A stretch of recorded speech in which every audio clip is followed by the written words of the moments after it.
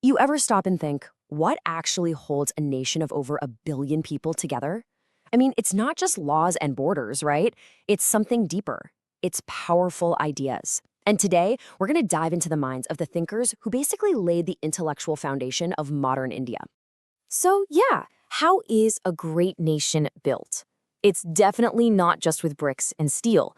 It's built on a bedrock of powerful, sometimes really revolutionary ideas.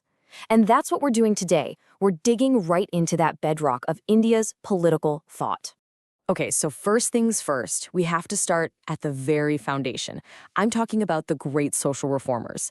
These were the visionaries who totally got it. They knew that before you can even think about building a new nation, you have to rebuild the society it's going to stand on. Let's start with a year, 1848.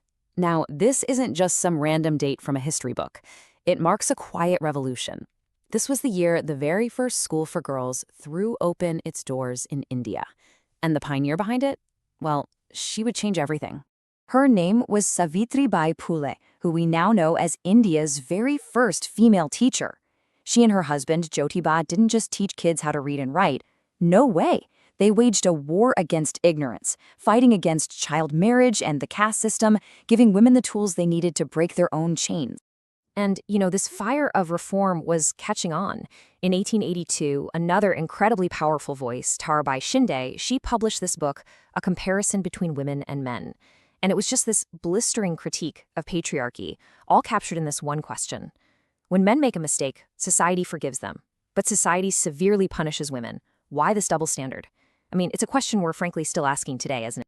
And then you've got the man often called the father of modern India, Raja Rammohun Roy. I mean, this guy's work was all over the map, in the best way possible. He fought fiercely against brutal practices like sati. He championed women's rights to education and to remarry. He even founded the Brahmo Samaj to promote a simpler monotheistic faith.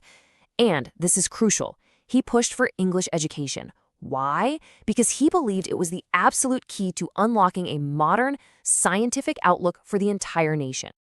So, with society's foundations getting this massive shakeup, the focus started to shift. It wasn't just about reform anymore. It was about imagining a brand new nation. And that brings us to the thinkers who designed the very pillars of what Indian freedom would look like.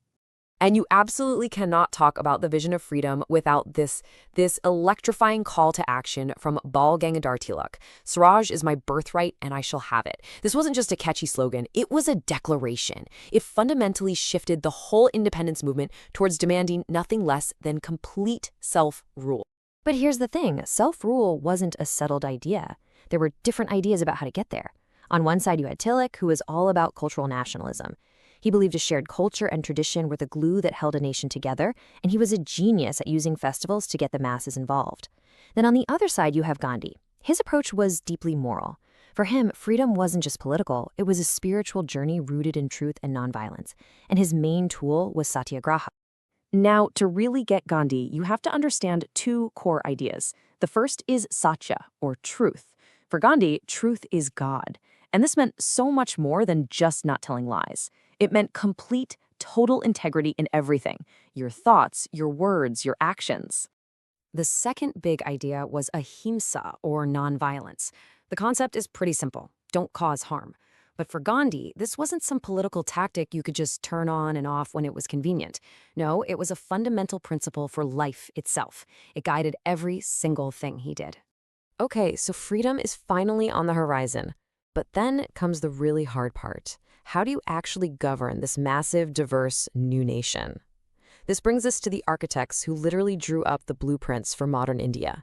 So on the world stage, India's first prime minister, Jawaharlal Nehru, he had a really clear vision.